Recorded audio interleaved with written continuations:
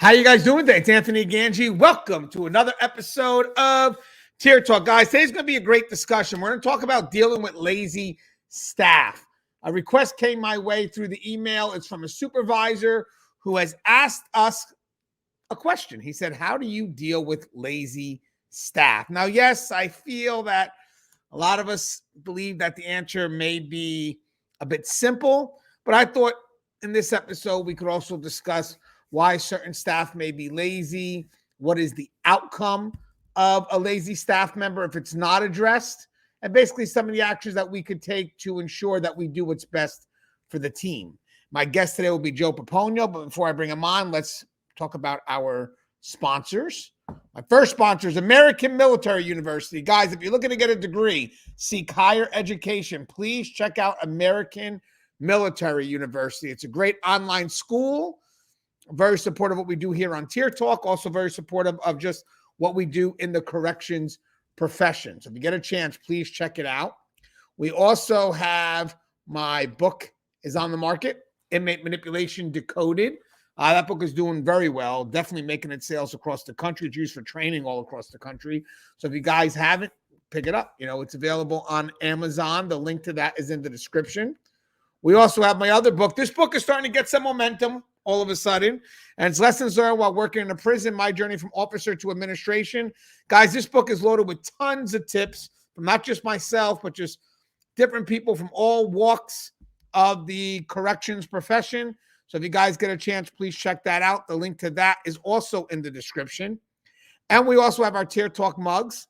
It's time for our voices to be heard. The link to that is also in the description. And guys, these posters actually sell pretty well. They're posters related to inmate manipulation. That there is my daughter. Guys, if you're interested in getting one of these posters, please email nassahs22@gmail.com. That's nassahs22@gmail.com. They will have the details as to how you can go about ordering those posters. Now let's get Joe on. What's up, Joe? What's happening, brother? Uh-oh. I saw it. I fixed it. Joe, you mind introducing yourself to our audience? Absolutely. Good evening, everybody. I'm Joe Pomponio. I'm a retired lieutenant with the Texas Department of Corrections, or now known as the Texas Department of Criminal Justice, 31 years of service. I'm also a retired deputy with the Sheriff's Department and panel member for Tier Talk. Yeah, and guys, I just posted up something. We're going to start doing a webinar on leadership. I'm going to take advantage of the webinar function in StreamYard. So we're probably going to do a lot more classes this way. It's easier to do it that way through virtual. So just be on the lookout for that. Hey, Joe, real quick, Joe, you think this is an important topic, dealing with lazy staff? It is. I think it's a very important topic because, you know, everybody has a shift. Everybody has that, you know, the handful of people that have gotten lazy, and there's definitely a multitude of different ways you can combat it and deal with it. It's definitely a good topic. Yeah, and it did come my way through an email, so I just wanted to get it out there. Now, yes, guys, we all know that when you have a lazy employee, we have to have it addressed. But let's just kind of define what we mean by a lazy employee in corrections, because I will tell you one thing. For me, when it comes to working in corrections, because of the type of environment we're in, you know, the type of vigilance that it requires, you need people to be committed. You need them to be connected. And I think if you're committed and you're connected, then you're not lazy. Because having said that, to me, in order for you to be committed and connected, you have to give 110%. But Joe, real quick, how would you define lazy in relations to working in corrections, specifically more on the custody side? That's what we'll be discussing today.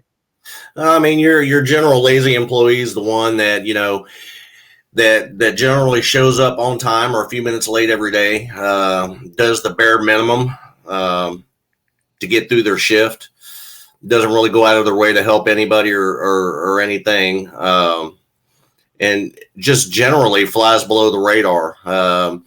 When you're that lazy, you're that kind of employee that, you try to keep yourself off the radar, and you do the minimum amount necessary to get by. And those are dangerous employees, because, like you said, if you're not committed or connected, then you become the third C, which is complacent. And when that happens, to me, complacency and laziness go hand in hand, because if you're not committed to the cause, you're not committed to your team, you're not committed to your coworkers, or as a supervisor, even if you're a lazy supervisor, you're not committed to your people.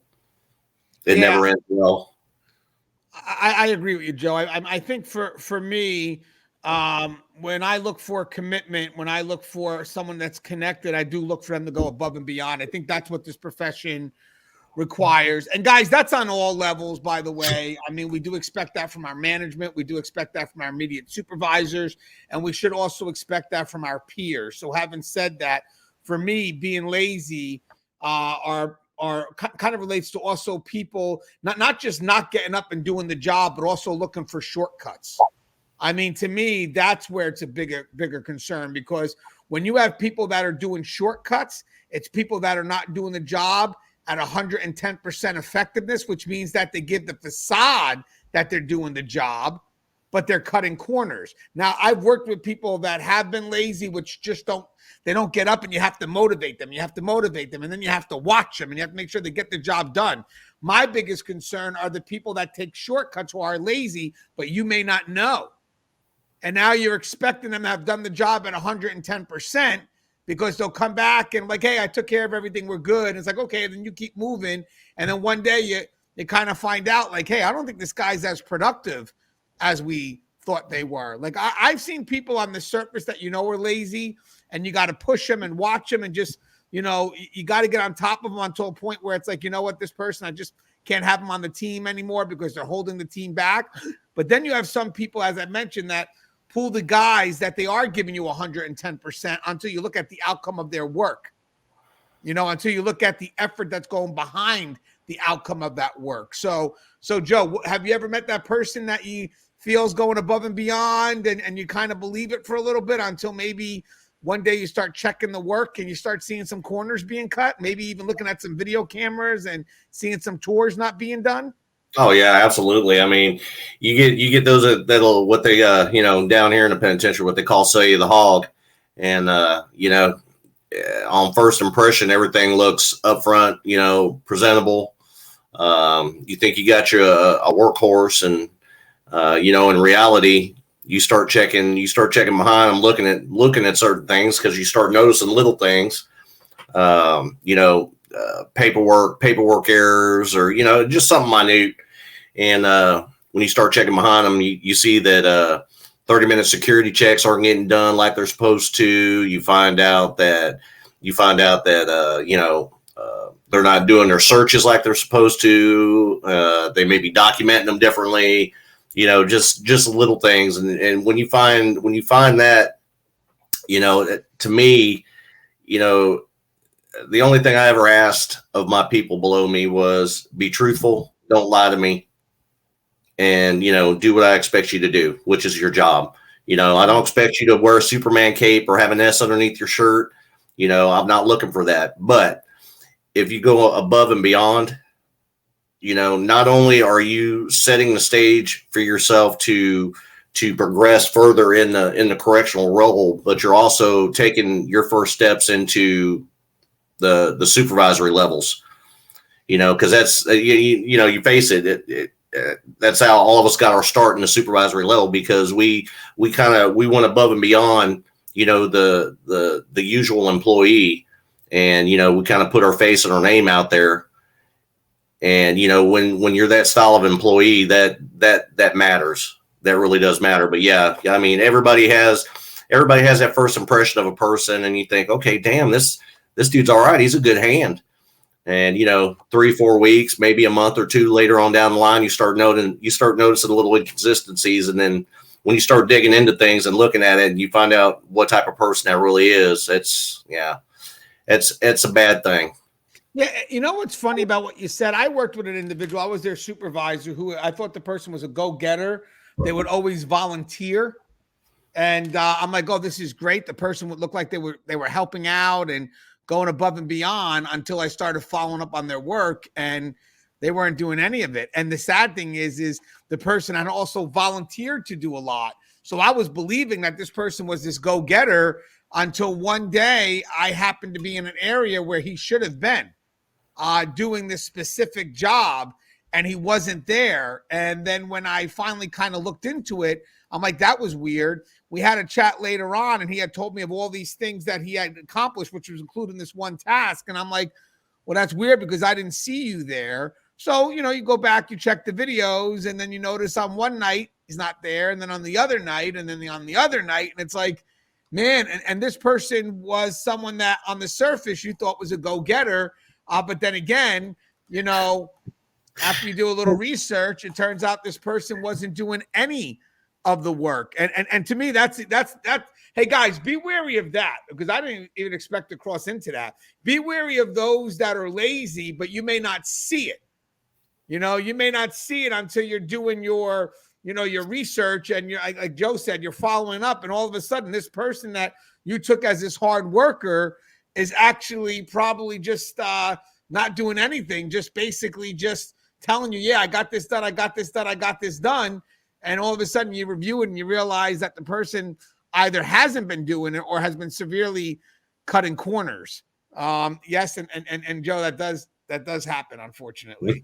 Yes, it does. I don't even know what you want to call that, the lazy volunteer. I don't know. I mean, I don't know what to call that one. In the grand scheme of things, you also have to look into, when you come across an employee that you determine is lazy, or you notice they're lazier than the rest of your staff. You got to look into, why are they lazy? Are they lazy because they're complacent? Are they lazy because they're bored? Are they lazy because they're just sorry? You got to find that motivating factor to get them back on track. Everybody's got a motivating factor. I remember one instance in particular, and the guy was probably, he was probably about a 15-year vet at the time. And, everybody goes through those phases of burnout where, you hit that plateau and you're just kind of winging it day by day. And, I knew he was bored, and, I seen his productivity decline and asked him about it. And, we had a discussion about it. And 3 days later, I'd gotten some intel about an inmate who was getting money brought in. He was hiding it in his commissary. And I knew that he liked to hide it in his soap bars, his little dial soap bars. Mm-hmm. So I picked him out in particular, and I sent him down there. I said, hey, do me a favor, go through this guy's property good. I got intel that he's got money. And I knew he was going to find it anyway, but, he came back, and I think he wound up finding it was close to $500 worth of 20s and 20 or 25 different soap bars. And, man, that just lit a fire under him. From that point on, you just got to find that motivating factor in a lazy employee. Were they lazy when they first came in? Because, I mean, you can pretty much look at your academy cadets as you're teaching them, and you can pretty much figure who's going to be lazy coming in the gate. Because if they're lazy going through the academy, you already know they're going to do the mediocre and the least amount necessary to get compliance as they, go through their career. See, for me in corrections, especially when you're with the front line, the knowledge workers, the motivation behind not being lazy is that your life depends on you being effective. Your partner's life depends on you being effective. So for me, if I see someone that's lazy, it's usually related, especially if I was as a supervisor, it could be related to what they have promised me and then what I've expected from them in relationship to that promise. And that literally could just be the person taking the position. If you're in this position, there's a certain expectation I have of you. And then by you taking that position yes, there's an expectation you have of me, of course, but there's a promise you're giving to me. Like, hey, Gangi, I'm going to take this position. Because for me, I know some people may see certain jobs as easy, but, you still have to be intentional and effective, all because you're in a job that you think, well, this is an easy post. It doesn't give you the right to be complacent and allow the post to control you and your actions or your needed behaviors. Because again, you don't want to be complacent. So, you still have a job to do, So having said that, I do look for some level of intentionality. And when I find that if I am dealing with an employee that is lazy, most of the time it's because they're not intentional with anything that they have to get done. Either they're more reactive. That to me, that would be the concern. Is in corrections, you need people to be proactive. You need people that are on top of their game, people that are going to go the extra effort in searches when possible. I get we have understaffing and all this stuff, but ideally, people that are going to do their tours when they're supposed to be done. Now, mind you guys, again, because I know we have some people that, maybe the trolls that tend to quickly doubt everything you're saying because they throw out the negative. I understand what the negative is. I understand we have facilities that are understaffed. What I'm talking about right now are people that in an ideal world are able to do the work. They just choose not to, if that makes any sense. That's what we're talking about. Because I know that right now we may have officers that are split among multiple units and they can't tour everywhere. And I get it. But at least they're making the effort to do their job. My big thing right now are the people that you hold to that effort, to the best of their ability, and they just decide that I'm not going to do it because, you know what, at this point, this job is secondary to whatever it is that I'm trying to accomplish. That's why I'm not a real big fan of treating corrections like a stepping stone either, because you have to be weary of your moment that you're working in right now, not worried about what's going to happen tomorrow and something you cannot control. It has to be what you can control right now. So again, for me, for a lazy employee, my job is, yes, first I want to see what their concern is. And the reason why I want to see what their concern is do I have an employee that can be addressed and can we move them in the right direction? Or is there a concern, that we can handle?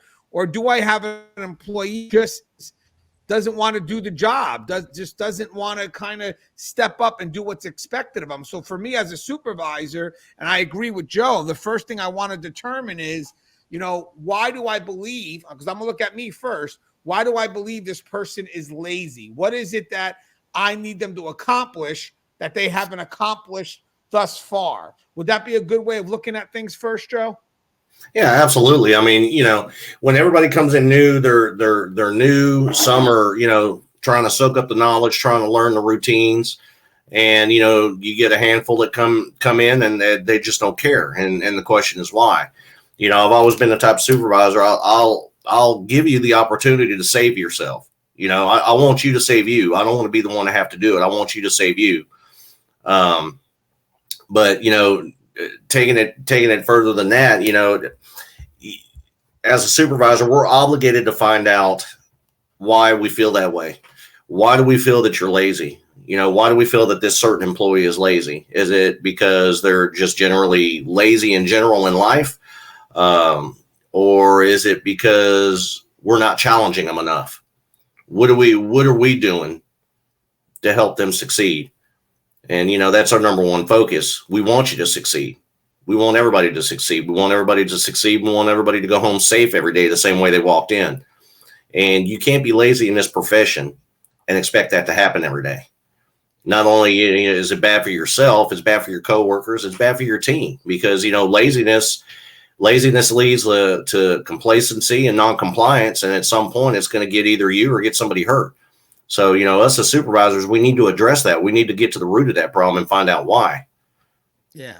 And also, if I may, so as a supervisor, remember something, guys. When you're trying to see if you do have an employee that's not stepping up, it goes way beyond the outcome of what you want accomplished. It's more about their effort, which is where you have to do your due diligence. I know a lot of us as supervisors, we may get so overwhelmed that we kind of take a look at something in the logbook and says, oh, yeah, that's been done. It's quoted. It's done. I'm good. Yeah, but has it been done to the standard that it needs to be done? Has it been done in relationship to quality? Is this what you're expecting? Because yes, the person may look like they're doing everything that they're supposed to be doing on the surface, but having said that, the way you could truly tell if an employee is lazy or not doing what they're supposed to do or be cutting corners because they want to have a more convenient career is based on the effort, which really isn't seen on the surface. That's where the supervisors have to come in and start kind of taking a look at let's just see what's going behind the work that's being done. I mean, and again, it's not something that you're going to do every day. I mean, I'm not telling you to micromanage your people, but once in a while, it's good to kind of take a look at your officers doing some searches, because again, sometimes they could have complacent habits and they may not be aware of it. So sometimes it's good to kind of watch a search maybe once a month or whatever it is, just to kind of make sure that, they got the right momentum going. Because again, it really is about the effort. And sad to say, we may not always notice the effort until, sadly, an outcome that we thought was correct wasn't correct, and something happens, like a failed search, which you thought was, I thought this area was searched, and now there's a weapon there, and it's like, whoa. I mean, now I want to go back and take a look at the people that did the searches in this certain amount of time to see how effective their searches are. Then you start bringing them back and say, well, how'd you do this search? What, how did you, what areas did you look into? Blah, blah, blah. You start to identify the effort behind the search. So again, for me as a supervisor, if I'm going to look at somebody and think that, if I'm going to look at somebody to see if they're lazy or not, if they're not doing what they're supposed to be doing, the first thing I want to do is I want to go beyond the outcome. I want to start looking at their effort to start to see, okay, well, this person says they're doing the job, but let me just double check to see if they really are doing the job. And that really should come by through some level of expectation that we have, not just from me as a supervisor, but also from my peers. What do I expect from you? And are you meeting those expectations? Would you agree with that, Joe? It's the outcome is very surface. If that's all you're looking at, like if I'm a supervisor, I'm saying, well, that person's not lazy. You can look in the book. You could see they're doing their tours. They're doing this. They're doing that. They're doing this. And all of a sudden, maybe your supervisor comes up and says, go check the cameras. Yeah, absolutely. I mean, it goes beyond the logbook. It does. It does. Anything can look good on paper. You can make a shit sandwich look good on paper. But the actual job, laziness has a snowball effect, and it doesn't just encompass you. It encompasses everybody. As an example, let's look at the Lopez escape, where, a maximum security inmate was able to gain control of a bus by himself, leave two officers behind.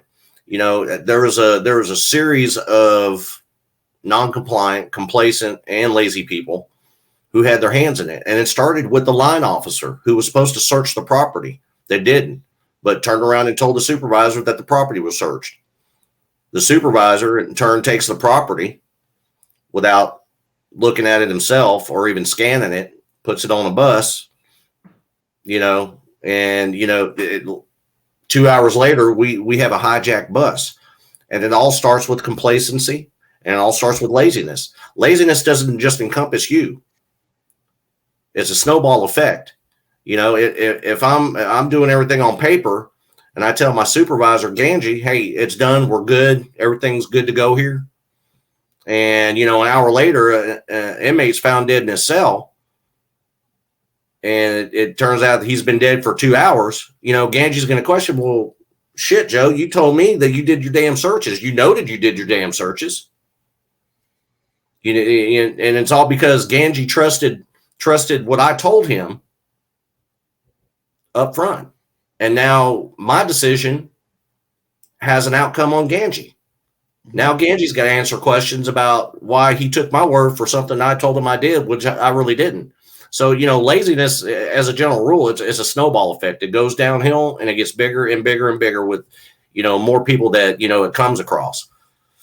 Yeah. And that's why, because of the consequences behind the work we do, if we don't do it, laziness does kind of run parallel with negligence, only because, there has to be that level of commitment, so, and again, just like what Joe said, people are trusting that you're doing your part on that team. Now, here's the funny thing too, guys, when it comes to seeing if an employee is lazy or not. Yeah. If you have a supervisor that's on point, they may be able to figure out for that themselves, because they're, checking on their people once in a while, maybe from a little bit of a distance, but letting them, getting involved and basically seeing if the work's being done. I'm not saying they're micromanaging, but doing what they're supposed to do as supervisors and making sure that their staff are constantly on top of their effort. Now, with that said, sometimes it's the peers that notice it, because if you have a strong team, sometimes before the peers let you know that you have this one person on the team that's just not cutting it, they may walk up to that person without the supervisor being involved and saying, hey, yo, Joe, this ain't happening, man. Joe, I know you had a few bad days, but in the meantime, you got to start stepping up. Now, mind you, I have seen it where you have a strong team, and ultimately they want to be 100% effective. So when they do have a lazy player, what they do is they pick up the work for that lazy player. So they pick up more of a percentage, and then they vent amongst each other without ever telling the supervisor. So again, you can't expect as a supervisor that the employees are going to come to you. That's why you have to be a little attentive with making sure your people are on point. But then what they start doing is they start isolating that individual. So now you have a team that's a bit divided. But again, if I would recommend that if we are all a strong team, then the effort to keep it strong and to help one another, we let it known to each other if there's any weaknesses, which includes someone that's not pushing their weight. And again, you go to them first. Hey, Joe, listen, man, last couple of weeks, I don't know what's going on with you, but, we picked up the slack for a little bit. Thought you had maybe a bad few days, but yeah, now you're not stepping up. So having said that, we need you to step up, because if not, we may have to bring it up to Gangi, who technically should know at this point. But having said that, now we're going to make it where he knows. And by the way, I will tell you one thing, and this is true. As a supervisor of a strong team, because in corrections, all teams should be strong, and that's no matter what department you're in. I will tell you one thing. You should know to some extent the efforts of the people behind, the efforts of your team's work. You should know that. You should know what's going on behind those efforts of the people that are working on your team. Now, with that said, maybe your peers maybe your subordinates, whatever it is, they'll try to, work with that person that's not cutting their weight. But eventually when they bring it to your attention, that's it. It's game on. Because now there's no way you can hide the fact that you didn't know. And now your actions now are truly going to be dependent on how you feel about the rest of your team being effective. Because having said that, when your team brings you a concern that someone's not cutting their weight, now you have to do what's best for the team, and you have to now look into that matter and address that individual, maybe constructively at first, but eventually if that doesn't work, then you have to start looking at the discipline side. You have to start playing your position. And I want to mention something for people that don't like conflict, because it will happen. For people that don't like conflict, if you think about it this way, you, after the team brings it to your attention, you not going to that individual and trying to address the matter is selfish. Or because you're afraid to have a conflict or whatever it is, you're going to kill your whole team, because the team is now going to expect you to act. And that pretty much now becomes relevant the moment they told you something. Because I would like to think that a good working team is going to work amongst each other first. And then the moment they can't, because now it's just not happening, Joe is just, I don't know, Joe's becoming resistant. Once they go to you, I would like to think it's a last resort from that team. And now you've been pulled in, not to kind of let's wait and see what happens. They've already done that. Once they've called to you as a supervisor, you got to start committing to actions that are going to lead to either that person stepping up and, pulling their weight, or you getting rid of the dead weight. I mean, what's your thoughts on that, Joe, by the time they bring it to you?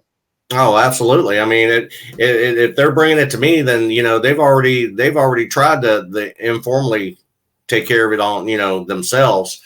And, as a supervisor, once it's brought to you, if you don't address it, you bless it. I mean, that's all there is to it. Once they bring it to you, you're obligated to look into that situation, address that situation. And just like you said, Anthony, you got two options. You either find the motivating factor to get them back on track, or you start looking at the discipline side, because the thing about a team is, all it takes is one weak hand to demoralize the rest of the shift. Again, it's one of them things. If you don't address it, you bless it, and you wind up losing good hands at the sake of some lazy hands, and you can't have that. Not in this profession. Yeah, and I'm going to say, guys, I mean, that's probably one of the areas as when you're a supervisor where you're going to be tested on the most. You're going to have to make sure that the work is always balanced.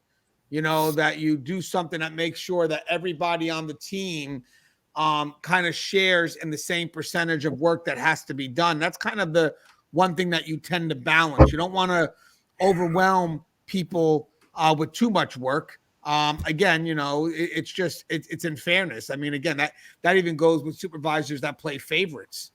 You could get a rookie who is ready to work and give 110%, but when they start looking around and seeing that nobody else is doing it, and then they start looking at themselves like, damn, Joe, why do you keep assigning me on this? I know I'm a rookie. I know I'm supposed to learn, but I'm overwhelmed here. And, they're not doing nothing. And for the rookies, I want to mention something, guys, because I know it does happen. It happened to me.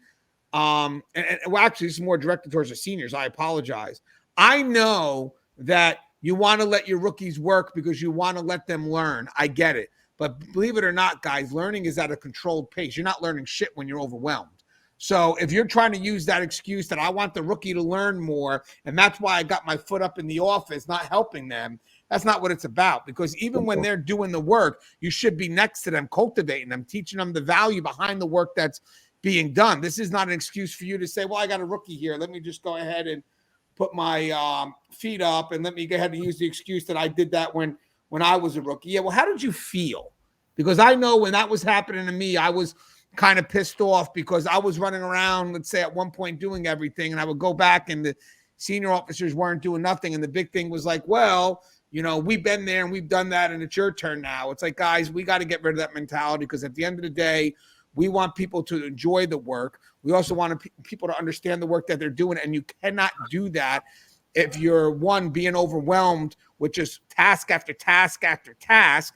And the other thing is you're not taking time in the moment to, teach the person through the work, cultivate them. And at the end, giving them some level of value, because at the end, guys, tasks should have significance.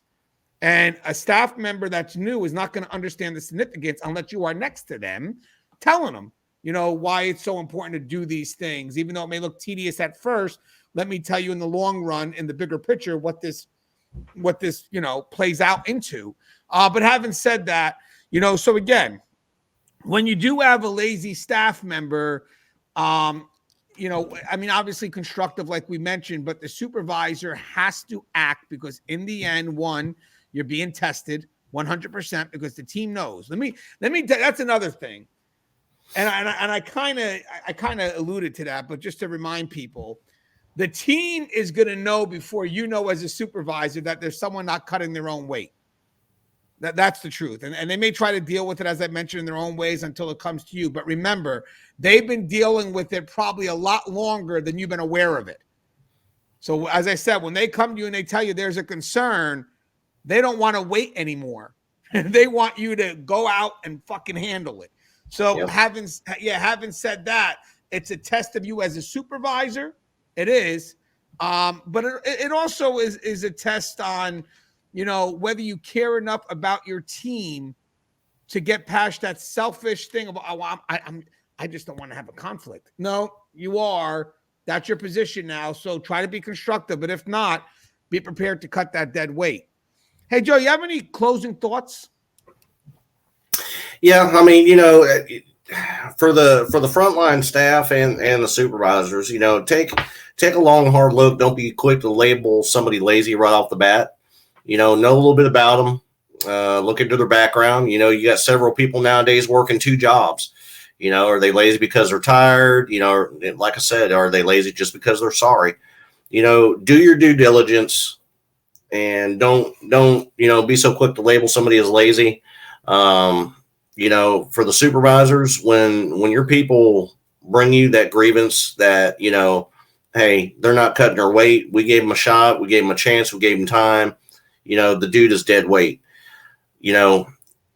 Address it. Get in there and find out, because if you don't address it, you bless it, and you're going to wind up losing good hands at the sake of somebody who doesn't give a shit. So, as a supervisor, you're going to hit conflict. That's the nature of the beast. That's who we are. That's what we do. Our job is to make sure that we continue to function as a team, united, with a united front, and, that we continue to function safely. And if that means you have to be in a conflict to get rid of the dead weight, it is what it is. It's something that we have to do for the good of the rest of our people. So, do what you can. Like Gangi said, there's things that you can worry about and there's things that you don't worry about. The supervisors just need to be more proactive with their staff. Texas has this big thing about management by walking around. A lot of that, just being, there, being visual to your staff on the duty post will alleviate a lot of laziness if you're doing your rounds like you're supposed to. So don't take everything as gospel. When somebody tells you that something's completed, do your supervisory diligence and look into it, because at some point, if they're not doing it, it could land you in court. And, that's something that could have been headed off, just by doing your security checks. But, be safe in what you do. Think about everybody. If you are the lazy person, you need to step up. You need to think about the rest of your team. Don't let them carry your weight for you. It's not fair to them, and it's not fair to you. Yeah, and as I said, guys, it's leadership by walking around. I do want to mention something here. And my final thoughts is usually laziness, especially from someone who on the surface looks like they're going above and beyond, can only usually be seen at that moment through the effort. Sadly, it could also get discovered later on through a weakened outcome. So having said that, most likely the people that, as I said, do notice it first are going to be the peers, because they notice the effort because they're walking alongside that person. So, whether they're doing a tour or doing some searches, whatever the job details. I mean, this could play out into almost any department. You have to kind of, as peers, kind of look at each other's efforts. Because again, you may have supervisors that don't look to micromanage. So one of the things about good supervisors is they may not be so involved in the how that things are done. It's like, hey, here's the what I need done. You guys handle the how. Now if you have people that are just not doing the how as effectively, the peers will notice that first, because they're the ones that are next to the individuals, walking with them and seeing the effort that they're putting into. So again, when the peers talk to the lazy person, they're really talking about the person's effort. Now, when they wind up bringing it to the supervisor, when there's a concern, they're going to be talking about the outcome because of the effort. Because at the end of the day, if I'm trying to work with my boy as a peer, I'm going to do it from effort to outcome. Hey, Joe, man, you got to start doing these searches, man. You got to start, getting into those tours, whatever. Because if you don't, these are the things that are going to happen. But by the time it gets to the supervisor is going to be hearing like, hey, that Joe's not doing his count. And the other day, since he didn't do his count, an inmate got assaulted or raped in the unit. So again, when it gets to the supervisor's perspective, it's outcome now. So now think about that. Think about the fact that as a supervisor, you're dealing with the outcome. That's a heightened liability. So when the peer comes up to you and says, yo, Joe's not doing his job, and now these are the things that are going to happen. The inmates are not getting checked at night. The cells are not getting searched. The area is not, getting toured properly. So we don't know if the, unit's properly locked down at night. Whatever the case may be, there's a heightened liability. So you as a supervisor have to address that individual, whether it's going to be constructive to find out what's going on. We could do the softer side first. But eventually, if the person doesn't step up, you have to alleviate the liability. There's no ifs and buts about it, because if I was that peer and I was the one that was talking to you, guess what? I'm putting you on note now the first time and saying, hey, because now I'm looking at your effort, because the last thing you want is also a lazy supervisor that is not so much afraid of conflict, just doesn't want to deal with conflict because they're lazy. So now you are now in the spotlight. So now you have a lazy employee, and then when it gets brought to your attention, do you do the right thing as a supervisor, or do you get exposed for being just as lazy? It's a good question. As always, guys, the show is tiered up. If you haven't, please subscribe, interact, engage, comment, hit that bell. Bell's going to notify you every time I post a video. Stay safe.